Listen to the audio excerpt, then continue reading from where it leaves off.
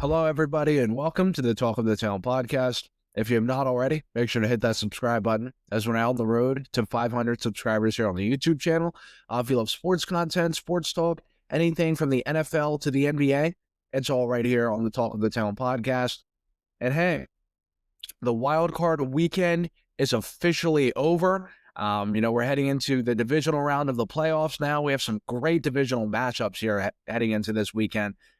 Bills and Broncos, Texans and Patriots, which to me, it's crazy to think that either Houston or New England's going to be in the AFC Championship here in a few weeks. Considering that Houston's never even been in an AFC Championship, and they've had some pretty dark years before the last couple of years. They've won some playoff games and all, but just still kind of hard to believe, especially like I mentioned, never seeing them in an AFC Championship game. And New England, post Tom Brady, has really been a complete joke. I mean, this time last year, they were sitting on their couch with the fourth overall pick in the draft. So, and Jerod Mayo fired. So, just crazy to see how fast that team's turned around. But speaking of the Houston Texans, beating the Pittsburgh Steelers 30-6 last night on Monday Night Football.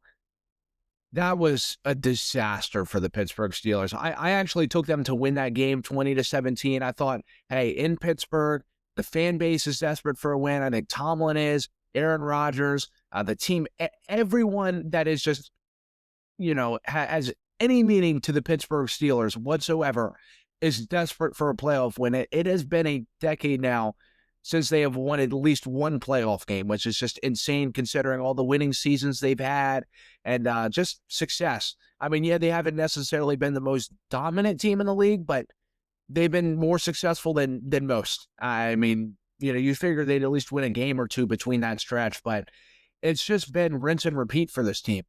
And I see why the fan base is getting really tired. I've stuck by Tomlin, for a long time, even a majority of this year. And meanwhile, I all of it, it's not all his fault at all. I think the way this roster is constructed is just incredibly lopsided. They have a very expensive old defense. TJ Watt is not a defensive player of the year, caliber player anymore. He's a good player. He's inconsistent. Now, in fairness, he had that lung surgery a few weeks ago. For him even going out there and playing the last couple of weeks, he went back and played against Baltimore last week. For them to even get back in the playoffs, he made a couple of plays. Yesterday, you didn't even hear TJ Watt's name at all, really, to be honest with you. I just was pretty irrelevant in that game. And he's just an inconsistent older player now. They signed him to a lot of money in the offseason, which they could have gotten at least a first, maybe 2 firsts for TJ Watt. And, that was the market for him. Chicago was supposedly willing to throw a couple first-round picks for him. And when you kind of look back and you see TJ Watt is not nearly the same caliber player he was, and I know some people are saying, well, he's still the same age as Myles Garrett. You see you see the stats Myles Garrett put up. I got a little news flash. TJ Watt is not the same player as Myles Garrett at all. Honestly, TJ Watt has some comps to me. I'd say Max Crosby is a comp to TJ Watt. Those guys they play really hard. They have a lot of really good moves coming off the line, coming off of the edge. They're just finessers. They're just good at what they do. They play really, really hard. Myles Garrett is just it's just a force of nature. Just a dead ass, a human wrecking ball. They chip 2 to 3 guys to block on him. They double team him. He gets past the double team on the offensive lineman, but whoever the tackle is, and they'll stick a guard on him, and then they'll put the running back to try and chip him, and it doesn't work. He's back there in the quarterback's face in 2 seconds. He doesn't have any comp. That's what I'm saying. Is certain players in this league, like Aaron Donald, you can't really compare anyone to him. It's just I can't say, oh, well, he's going to end up like so-and-so did. He ended up kind of fading out towards his mid-30s, his early 30s. No one knows when TJ or Myles Garrett is eventually going to fade out, because there's not many players in NFL history, especially right now, that are even comparable to him in the way he plays of just literally taking people out. Aaron Donald is maybe the other only comparable kind of guy I can think of just brute force, just knocking people on their ass by himself. Sure, there's some other guys out there, but are just as dominant as he is. Like TJ Watt just isn't that kind of player. He relies on, his moves off of the edge, spin moves, just finessing. it just kind of doesn't really seem like he has it as much as he used to anymore. The second he loses that step, it's just kind of, you see he's dealing with the surgery now. The older age just kind of caught up to him. It's just different. And Jalen Ramsey, they had to end up moving him to safety, which did make a difference. He played better in safety, but you're paying him a lot of money. You traded Minkah Fitzpatrick, and I think they traded a pick for him as well. They've given up a lot of capital and a lot of cap space for these older players. Cam Hayward, I mean, how many years does he have left? He still had a good season this year, but what if next year he goes out, which is very, very possible. He goes out and he's just nowhere near the same player as he has been his whole career. He's been a great player, but when you factor in his age, you factor in sometimes you look up a couple times a season and he's taking a lot of big hits. He's just a bruising kind of guy, just swallows up the middle of the field or the middle of the line. It's hard to run on them because Cam Hayward's there. And it's tough. They're paying a lot of money to Patrick Queen, who's mediocre on his best day. Steelers fans really don't like Patrick Queen. They're paying him a shitload of money. So kind of seems like Pittsburgh is going up Schitt's Creek without a paddle, to be honest with you. Again, their offense has been the same for years. Really, this whole decade stretch for Pittsburgh makes sense. I mean, really 2016-17, has been since they won a playoff game, was really the end of the Killer Bees. Antonio Brown left. Le'Veon Bell was kind of fading out a little bit. He went to the Jets a year or two later. Big Ben with that shoulder injury, his collarbone, he was out for a year or so. And when he came back, he wasn't really near the same player. It was really the end of the Killer Bees when they had that amazing offense. Antonio Brown, Bell, Juju Smith-Schuster. This was when it kind of faded 10 years ago. And they haven't been able to get the offense right since. And that's where I think Mike Tomlin has overachieved with this Steelers team. He really has. And I'd say if you stick 25 to 26 other coaches on this Pittsburgh roster out, maybe even 28, Kyle Shanahan comes to mind in terms of being a guy who could, who could still make this team succeed. There's very few guys, I think, that could step into this situation. And Tomlin is one of them who could still have the Pittsburgh Steelers having a winning record and being a successful team. I think even if you stick a mediocre coach in this situation, the Steelers are a 5 or 6 win team. This offense isn't good enough. I think Arthur Smith, personally, I think he is one of the most overrated and worst offensive coordinators in the NFL. I watched that offense, not even just last night when the crowd was booing them after their 18th screen pass to Calvin Alston and DK Metcalf and Jonnu Smith. That offense is so flat and lifeless. They may literally have the least creative offense, not just this year in the NFL, but maybe I've ever seen. It is the most lifeless offense in the league by a country mile. It's awful. It is truly a hard watch. And Arthur Smith, to me, I think has built a pretty overrated career. In Atlanta, he wasn't great. And in his credit, he's dealing with Desmond Ridder and just not great quarterback play. Without a quarterback, I don't care who you are. You've seen Andy Reid this year. When Pat Mahomes went out, and even when Pat Mahomes was in, they were struggling. So if you just do not have good quarterback play at all, your team isn't going to compete. And I do give Arthur Smith, some leeway there a little bit. He didn't have a QB in Atlanta, but even that, he just was not great. They didn't like him, and they didn't like the way he ran the offense with a lot of good offensive weapons in Atlanta on top of that. So, and I think in Tennessee as well, I think he benefited from having Derrick Henry a lot in Tennessee. Because as we see now, Arthur Smith, when he was a head coach in Atlanta and being an offensive coordinator in Pittsburgh, he's not great. I think Mike Vrabel did a lot of the load there in Tennessee. We see what he's done. We see what Tennessee is without Mike Vrabel and what New England is with Mike Vrabel. The two franchises have completely changed with and without him. So I don't think Arthur Smith had a lot to do with the success in Tennessee either. So I think he built his resume. Thank God to Mike Vrabel. He should be given every thanks he has to Mike Vrabel. There's no doubt about that to me.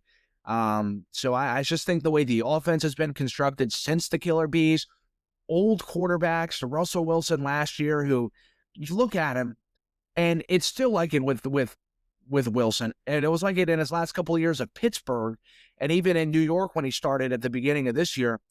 It's just that big rainbow ball down the sideline and just down the field. He can't do anything else.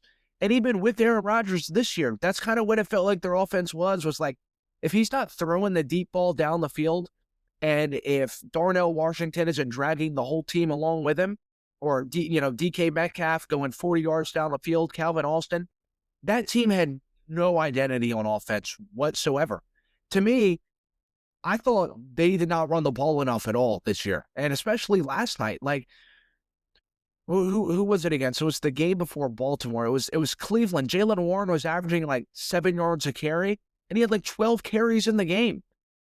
And last night is just 1st and 10. The pass rush is swarming Aaron Rodgers. I mean, it's absolutely killing him. And yet, 1st and 10, they're going back to pass. But mind you, it's still 7-6. You look at the score, and it ended 30-6 last night. But Sheldon Rankins had a fumble recovery, took it back to the end zone in the fourth quarter, I believe, or it was towards the end of the third. And then they had a pick six in the last couple of minutes. It really just spiraled out of control in the last couple of minutes of the game. But really, even through the beginning of the fourth quarter, it was still a competitive game. And when it was still 7-6 in late in the second half, Arthur Smith and the offense is still going back, dropping back, passing on 1st and 10. Clearly, Aaron didn't really want to throw it to DK Metcalf. He had that pretty crucial drop earlier on in the game, and I just don't really think it made Aaron comfortable throwing to him. And nonetheless, I mean, that Houston defense is just suffocating it, and they know that. They're no idiots. And yet they're just going back with an old 40, 41, 42-year-old quarterback, just dropping back to pass every single play, and it's not working. You scored 6 points the entire game. You've created 3 turnovers, which that's why I predicted Pittsburgh to win 20-17 yesterday, because I said it's going to be an ugly game with a lot of turnovers on both sides of the ball, which, Pittsburgh had a pick six, the fumble, which was taken back for a touchdown, but they created just as many turnovers and did not capitalize off of them. And that's what I thought Pittsburgh was going to do. I figured it was going to be lots of field goals. Houston kicks lots of field goals. They are not a good offensive red zone team. And Christian Kirk yesterday was probably in one of the best games of his career. I mean, he was really the entirety of the offense for the Texans. C.J. Stroud did not have a good game at all, in my opinion. Had a couple of fumbles and that really bad pick in the red zone, which I previously mentioned. Houston is not a good red zone team at all. They've been one of, if not the worst red zone team in the NFL all year. So that's where I thought Pittsburgh would get them. Lots of field goals, just ugly, 20-17. And, C.J. Stroud fumbled twice, threw a pick, and Pittsburgh didn't capitalize. And it comes down to their offense again. I actually thought their defense played pretty well for the most part. You figure 14 of their points for Houston came off of turnovers from the offense, the pick six, and then the fumble return. You take those away, it's 16. They have 16 points. And Pittsburgh is just a mess. And now, of course, today is, Mike Tomlin. Should Mike Tomlin be gone? Is it time?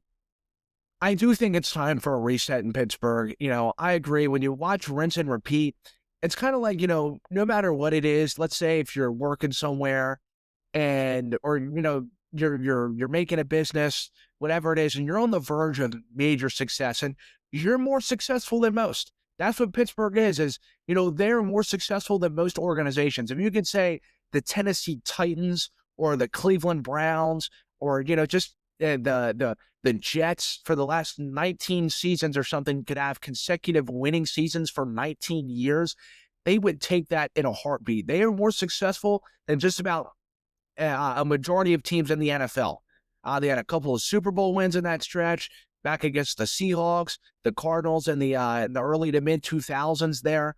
And they had a Super Bowl appearance back in 2010 against the Packers and Aaron Rodgers, ironically enough. So they've had postseason success in the Mike Tomlin stretch, but just this late stretch they're having sucks.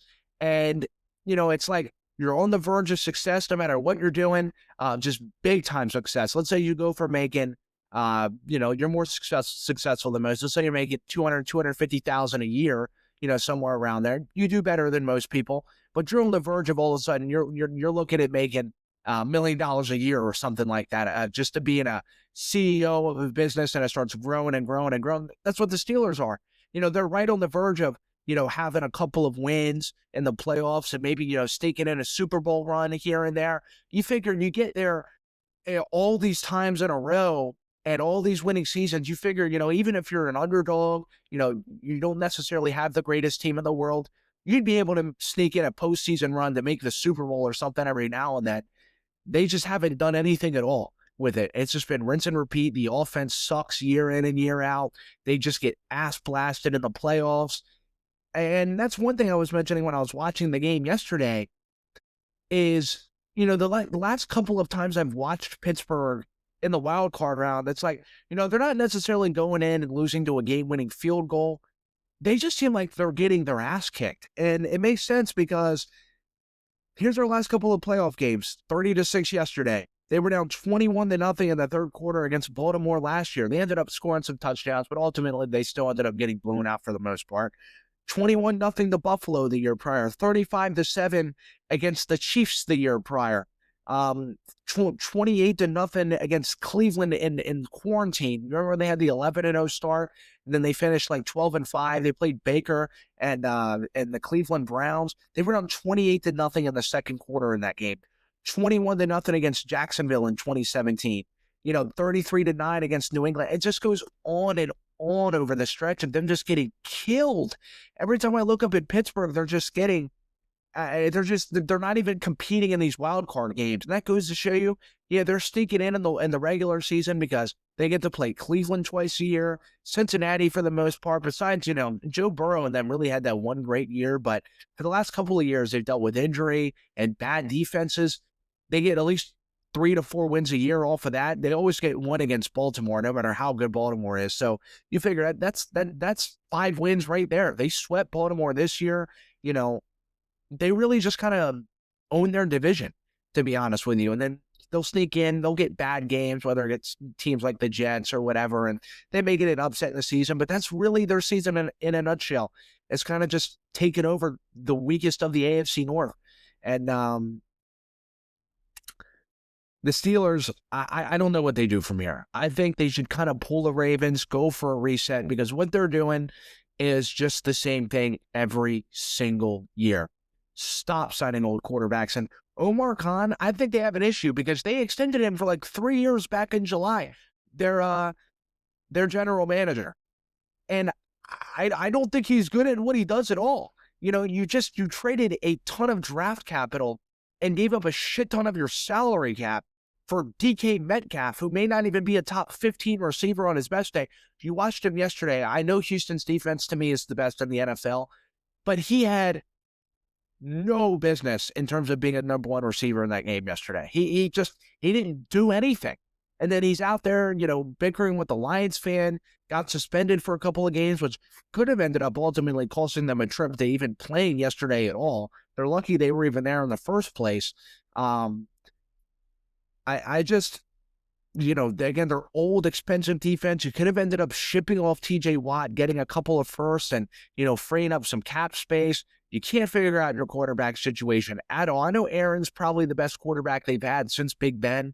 But, nonetheless, the Kenny Pickett draft in the first round, which I get they were desperate for a QB, and it was one of, if not the worst quarterback class in NFL history back in 2022. That was the Trayvon Walker, the Aiden Hutchinson draft. Desmond Ridder was going to be considered a first-round pick. And they were trying to make it seem like he was a first-round pick. Brutal. So Pittsburgh, it goes beyond Mike Tomlin. I think they need a full-on reset in some bad years to draft high. Once again, great, you finish 10-7, you get bounced in a wild card round.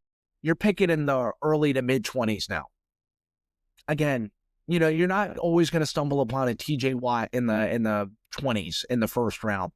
Most likely you're going to get a player that could turn out to be good, but you'd be incredibly lucky if he could turn out to be a star player in this league. And to be honest with you, what does Pittsburgh do? If there's a quarterback there, do they try to take a chance to develop him? Supposedly, they want to bring back Aaron Rodgers again. So they're already admitting they want to go for the same shit again. And it's just like, why? You know what they're going to do next year? They're going to try to convince Aaron Rodgers not to retire, bring him back, try to make some sort of splash trade, which God knows what it's going to be. and they'll finish 9-8 or 10-7. I'm sure they're going to bring back Mike Tomlin. The only way I can imagine Mike Tomlin does not come back is if he decides to go to media, which has been a rumor now for a couple of years. But we'll see. I think if Tomlin were to have a losing season, which is in the realm of possibility, who knows when it's going to be if it does ever happen.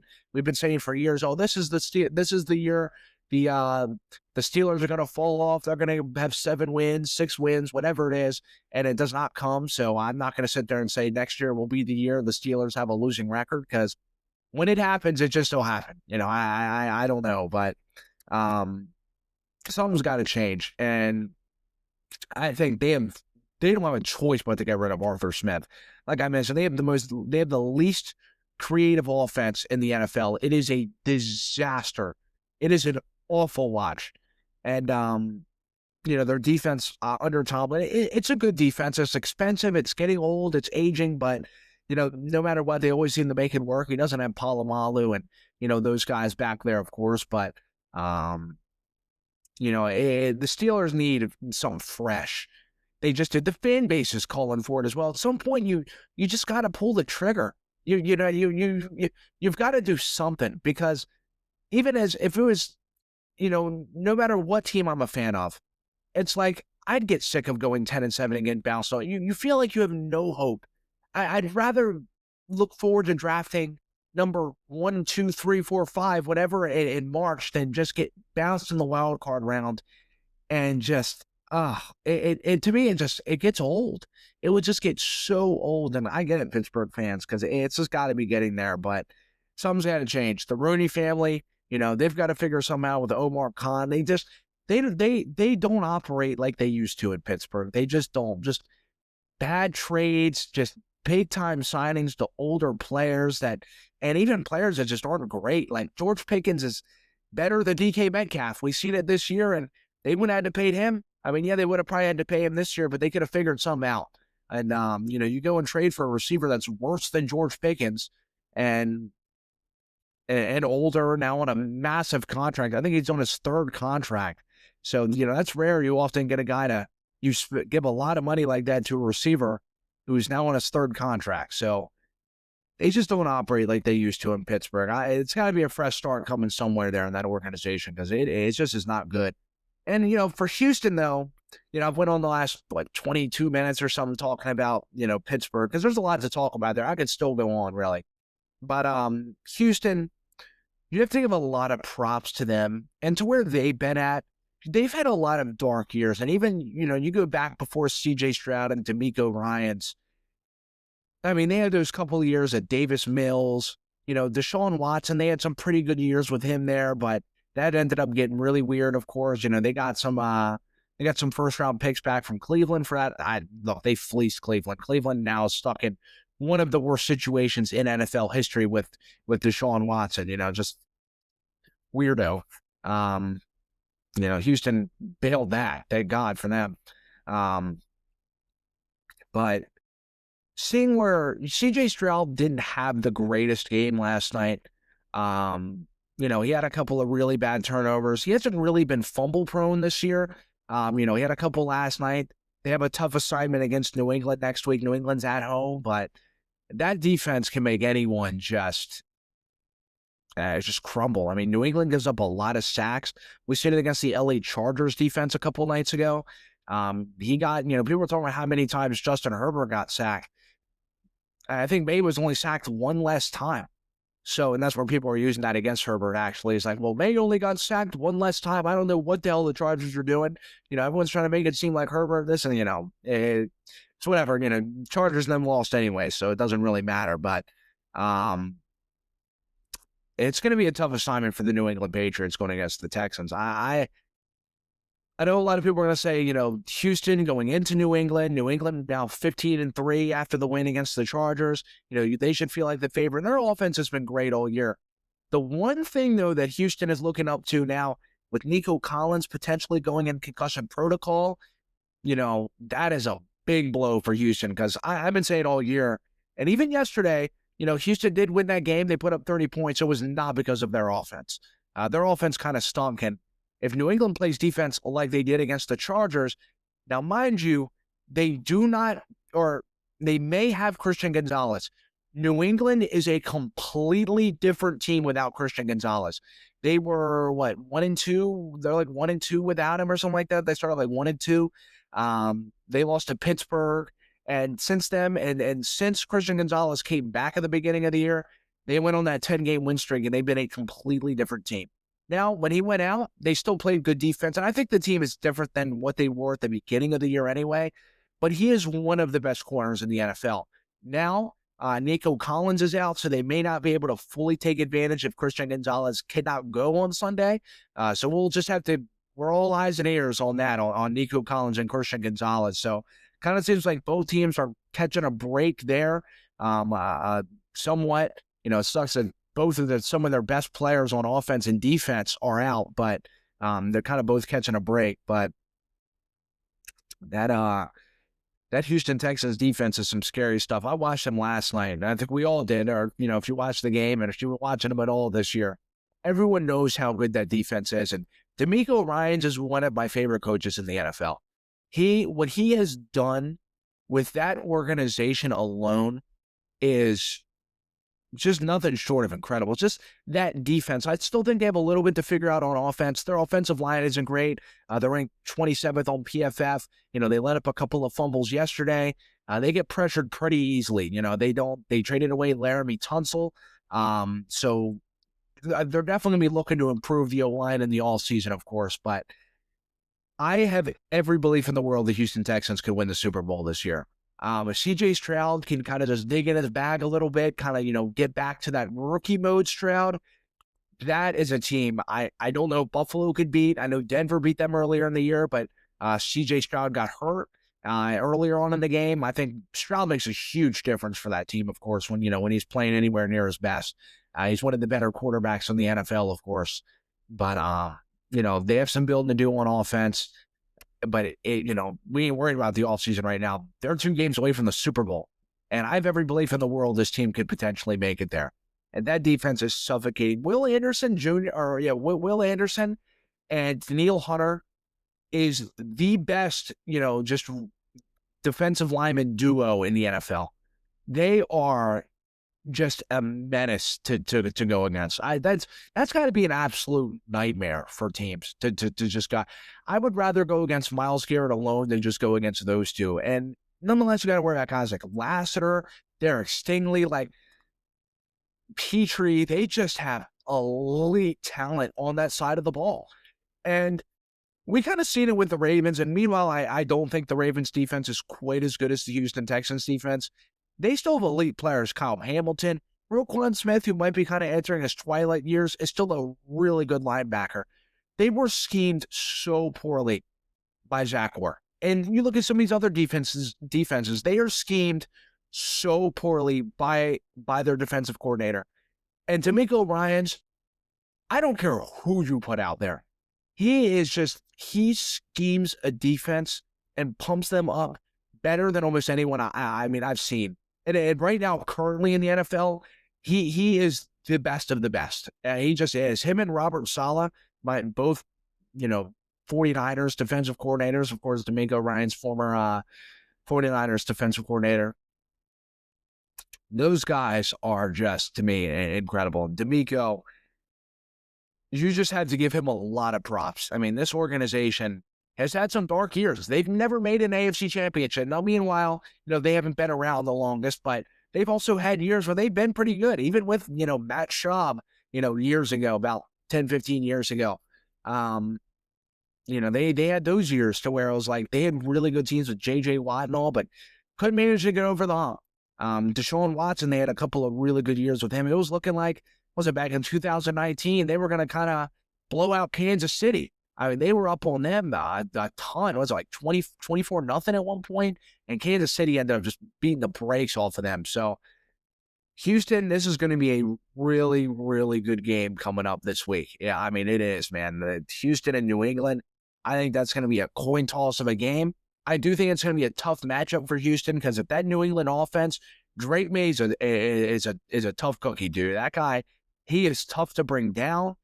He's tough to scheme against. His athleticism, he runs. They call him Vanilla Vic. He runs fast. He had a run last year against the Jets in his rookie year. He ran over 21 miles an hour. Like, people, they know he's a dual threat QB, but I don't think they quite realize how fast and how good he is as a runner. So he's tough. You're not going against 42-year-old Aaron Rodgers, who is just immobile, a lifeless offense on Pittsburgh. There's some creativity there with Josh McDaniels and those guys and Mike Vrabel. And that team has had a chip on their shoulder all year. And, the Texans give me that vibe as well of a team with a chip on their shoulder. Like, they always play like that. Like, they're just looking they tackle really well. To me, they are the best tackling defense in the NFL. And they're just looking to just knock heads off. Like, that defense just plays really, really hard. So that's a tough assignment for both teams. If Stroud goes out there and plays like he did last night against the Steelers, I do firmly believe New England's going to win that game on Sunday. I could see them winning by a couple of scores because, their offense is a lot better than the Pittsburgh Steelers offense. So, we'll see. It's going to be a great game coming up. Houston Texans fans, congratulations for getting to the divisional round and are potentially 60 minutes away from an AFC championship appearance. And, same with New England. They're potentially 60 minutes away as well. One thing I wanted to get into before we get out of here real quick, it's just, young QBs in the playoffs. Speaking of May, speaking of Caleb Williams, I kind of touched on it a little bit yesterday about the 2024 draft class and how it really is going to go down as, to me, as I think the best QB class in NFL history. Guys like Jayden Daniels, he's been hurt this year, but we know how good he is, when he is healthy, and the team around him is going to be healthier, hopefully younger coming into this year. He has an NFC championship appearance already. What they've already accomplished and are accomplishing in their second year. You got Caleb Williams, Drake May, Bo Nix, all potentially 60 minutes away from conference championship appearances. It's just nothing short of incredible. These guys are accomplishing things so fast. And, the league is looking to get younger. I think we're pivoting into a new era here. You see Pat Mahomes kind of, even when he was playing this year, the team was getting older around him. I'm not saying he's washed by any stretch. I mean, you look at the team with and without him. They just lost to the Raiders a couple weeks ago, who are picking number 1 overall. They are a disaster without Patrick Mahomes. So, if they didn't have Patrick Mahomes all year, they may have one, two, maybe 3 wins. They'd be Las Vegas Raiders, Tennessee Titans territory, that. And you even seen him, you seen him against Tennessee and Las Vegas the last couple of games. They weren't even competitive with those teams. That's how bad Kansas City was without Patrick Mahomes. So I think we are really heading into an era of football here where you now have guys like Williams, Daniels, May, Bo Nix, who may not quite be as athletically gifted as, May or Williams or some of those guys, some of the younger guys as well. But nonetheless, that guy wins football games, and that's what really matters. And you just look in the playoffs, it's a lot of really young QB talent. I mean, Brock Purdy, he's been there a couple of times now, Josh Allen, but besides that, this league is really pivoting. I think we're kind of going to start seeing maybe the end here, especially if the Bills go out this week against the Broncos. I'm going to touch on that here on Thursday. I got a lot of stuff to talk about on Thursday, about potential situations with Sean McDermott and the Bills and Josh Allen. To me, for the Bills, this feels like the year for them. If they do not get it this year, I think that Super Bowl window is just slam shut. So, they have to do something this year, at least get there. I always say a Super Bowl loss isn't a bad thing either. If he goes there and he loses to Seattle or, LA or whoever, San Francisco, if he just goes there and loses, a Super Bowl appearance is not a bad thing, especially on his resume because, they compare him and Lamar Jackson, of course. And he would take that massive step over Lamar Jackson if he had a Super Bowl appearance. You wouldn't even really be able to compare them anymore. So, yeah, man, these young QBs, just seeing them and, succeeding right now in the playoffs. CJ Stroud drafted a couple of years ago. This league's really pivoting, and it's always fun to watch. I love seeing the league kind of pivot off, the older guys. Obviously, Rodgers, Stafford's still competing with these young guys, which is crazy. he's there with the Rodgers and the Roethlisberger, Brady, kind of that 2010s of Russell Wilson and those guys. He's still competing. Who knows how many years he has left, of course, but we're not worried about that right now. He's trying to win his second Super Bowl. He's probably going to win the MVP this year. So it's an interesting year. It feels like a pivot year for the NFL. I don't know if you guys agree. Let me know if you guys agree in the comments or not, but definitely feels like a pivot year, for the NFL this year. But that's all I got, y'all. Hope y'all enjoyed the podcast today. Tomorrow we'll be here with Why Not Wednesday. And again, if you're not familiar with Why Not Wednesday here on the YouTube channel, every Wednesday I answer any questions you guys have for me here on the podcast. So if you want your questions answered here, no matter what it is, sports, life advice, doesn't matter. Video games, it don't matter to me. Yeah, ask anything. You can have it right here answered on the podcast every Wednesday. So make sure to hit my socials at @TalkOfTheTown_pod, Instagram, TikTok, or even right here in the YouTube comments too. I look at those, of course. So yeah, man, that's it for today's video. Hope you all enjoyed it. And I'll see you guys on the next one. Take it easy.